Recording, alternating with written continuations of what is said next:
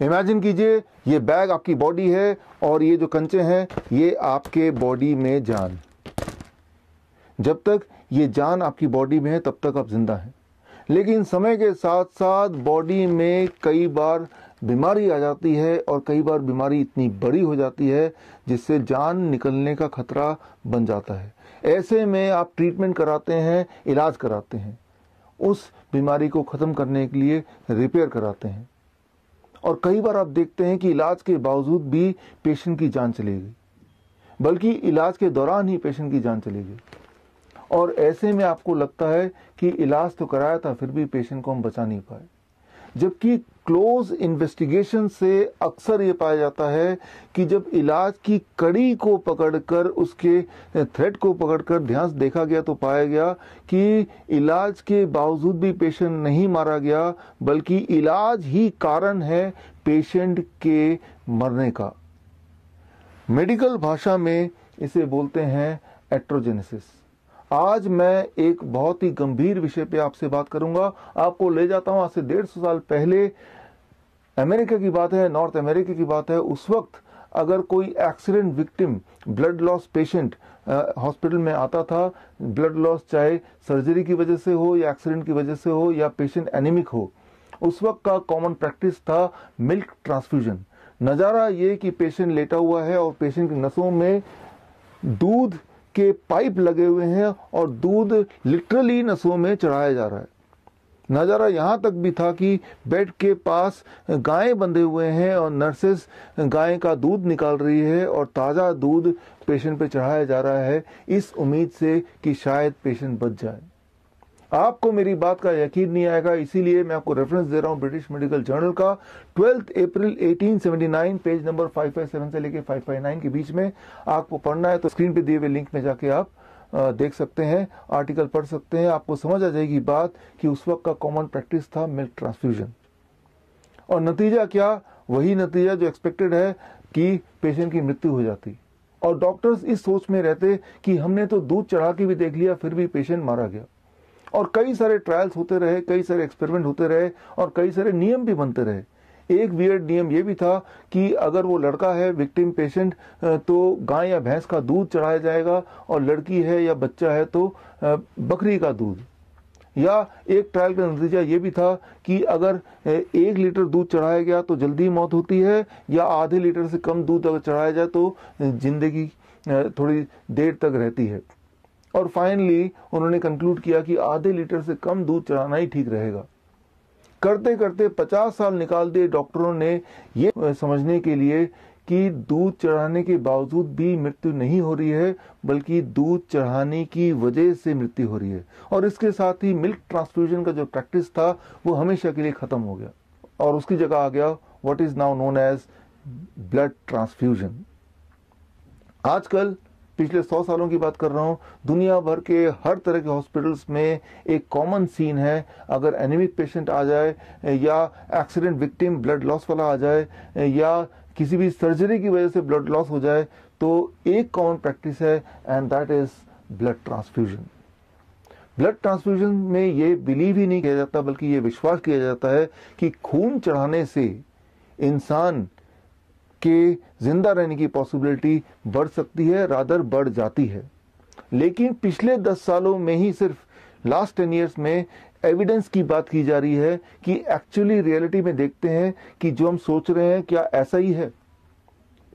पिछले 10 सालों में बहुत सारे आंकड़े कलेक्ट किए गए, बहुत सारे रैंडमाइज कंट्रोल ट्रायल हुए, बहुत सारे मेटाएनालिसिस सामने आए और वो सारे ट्रायल्स का नतीजा सिर्फ एक। मान लीजिए 2 पेशेंट हैं, दोनों की स्थिति एक जैसी गंभीर है, दोनों का ब्लड लॉस एक जैसा है और एक को खून चढ़ाया गया और एक को खून किसी कारणवश नहीं चढ़ाया गया। हर बार ये पाया गया कि जिन पेशेंट्स को खून चढ़ाया गया उन पेशेंट्स के मृत्यु की चांसेस लगभग डबल है, 2 गुना। आप सोच रहे होंगे कि अगर ब्लड ट्रांसफ्यूजन से मृत्यु दर बढ़ जाता है, मोर्टेलिटी रेट बढ़ती है, मॉर्बिडिटी बढ़ती है, तो ये आज भी प्रैक्टिस में क्यों है? इसके लिए आप गौर कीजिए स्क्रीन में दिए हुए रिपोर्ट को। रिपोर्ट है AABB का, यानी कि American association of blood bank. जिन्होंने ये बीड़ा उठाया है कि वो प्रोटोकॉल बनाएंगे, गाइडलाइन बनाएंगे, रिकमेंडेशन बनाएंगे। उनके रिकमेंडेशन देखिए, 4 रिकमेंडेशन स्क्रीन पे हैं। इनमें से रिकमेंडेशन 2, 3, 4 की बात करते हैं। इन तीनों रिकमेंडेशन के लास्ट लाइन को देखिए, मैंने हाईलाइट किया है। लास्ट लाइन क्या है? Weak evidences, weak recommendation, uncertain recommendation, low quality evidences, very low quality evidences. बोलने का मतलब ये है, उन्होंने प्रोटोकॉल तो बना दिया, नियम बना दिया, गाइडलाइन बना दिया, लेकिन बोलना वो चाह रहे हैं इस गाइडलाइन के लिए सबूत कोई ठोस नहीं है, बल्कि सबूत ही नहीं है। सिर्फ रिकमेंडेशन 1 के नीचे लास्ट लाइन पे लिखा है स्ट्रॉन्ग रिकमेंडेशन, स्ट्रॉन्ग एविडेंसेस। और रिकमेंडेशन 1 क्या है? वो सिर्फ इतना है कि अगर 2 तरह के पेशेंट को कंपेयर करते हैं, एक पेशेंट वो जिसका HB 8 है, दूसरा पेशेंट वो जिसका 10 है, दोनों में से किसको ब्लड ट्रांसफ्यूजन करने से फिर भी कंपैरेटिवली जिंदा रहने की पॉसिबिलिटी ज्यादा है। देखिए, ये कंपैरिजन कुछ वैसा ही होगा जैसा मिल्क ट्रांसफ्यूजन वाले जमाने में कंपैरिजन किया गया कि 1 लीटर दूध या आधा लीटर दूध। जबकि सच्चाई तो ये है कि अगर कंपैरिजन करना ही है तो blood transfusion versus no blood transfusion. और इस तरह के ट्रायल्स तो पिछले 10 साल में ही हुए, और हर ट्रायल का नतीजा बिल्कुल साफ कि ब्लड ट्रांसफ्यूजन से मृत्यु होती है। यहाँ एक बात आपको समझना होगा, चाहे वो ब्लड ट्रांसफ्यूजन हो, चाहे वो मिल्क ट्रांसफ्यूजन हो, जब भी कोई भी लिक्विड, वो लिक्विड खून हो सकता है, वो लिक्विड दूध हो सकता है, वो लिक्विड इवन सलाइन हो सकता है, जब भी कोई भी लिक्विड नसों के माध्यम से आपके बॉडी के अंदर जाता है, तब उस वक्त आपके बॉडी में कुछ हलचल होती है। पहली बात जिसे कहते हैं मेडिकल भाषा में ट्राली। ट्राली मतलब transfusion related acute lungs injury, यानी कि लंग्स पर दबाव पड़ता है, लंग्स काम करना बंद कर देती है, इंसान की मृत्यु हो जाती है।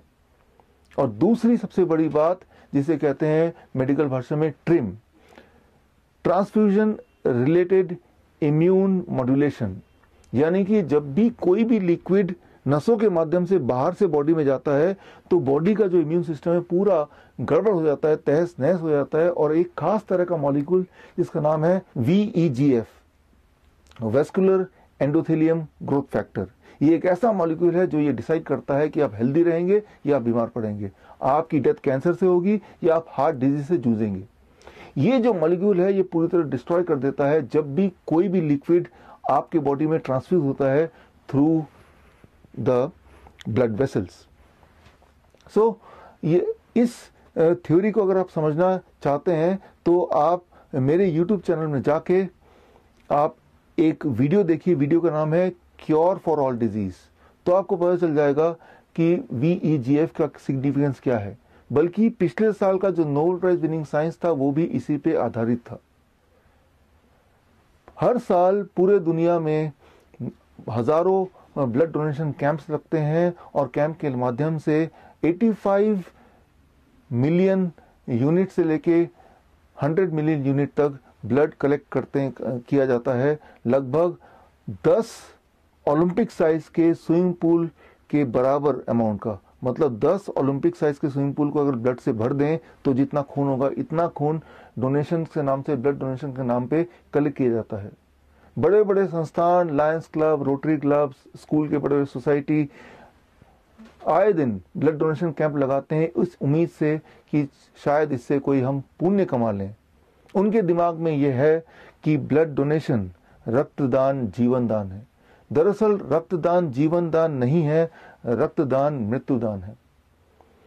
लेकिन मुझे पता है कि ये सच्चाई एविडेंस के तौर पे प्रूव होने के बाद भी ये जो वेस्टर्न मेडिसिन है, मॉडर्न मेडिसिन है, इस सच्चाई को आम जनता तक या इस सच्चाई को इम्प्लीमेंट नहीं होने देगी।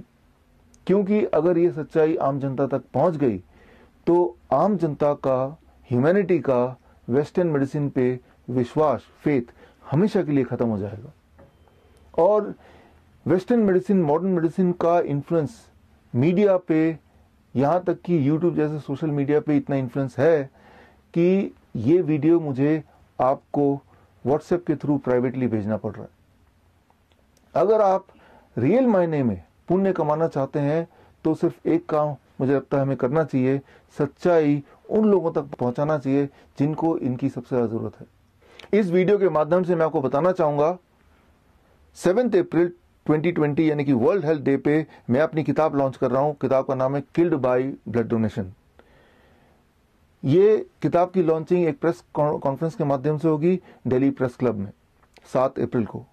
अगर आप पत्रकार हैं, अगर आप हेल्थ मिनिस्ट्री से जुड़े हैं, अगर आप इंडियन मेडिकल एसोसिएशन के हाईएस्ट अथॉरिटी हैं, तो मैं आपको इनवाइट करता हूं, आप सच्चाई को अपने आंखों से देखिए और कुछ कीजिए।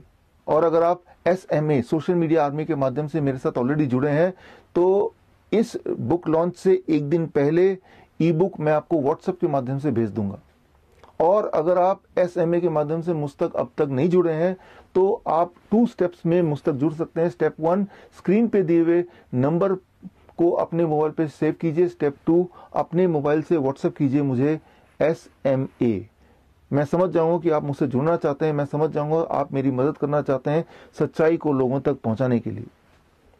तो मैं आपको भी 7 अप्रैल से पहले ये बुक व्हाट्सएप से ई बुक मैं आपको भेज दूंगा। और यही नहीं, टाइम टू टाइम ऐसे एविडेंस बेस्ड वीडियो मैं आपको भेजूंगा जो किसी की जान बचा सकता है।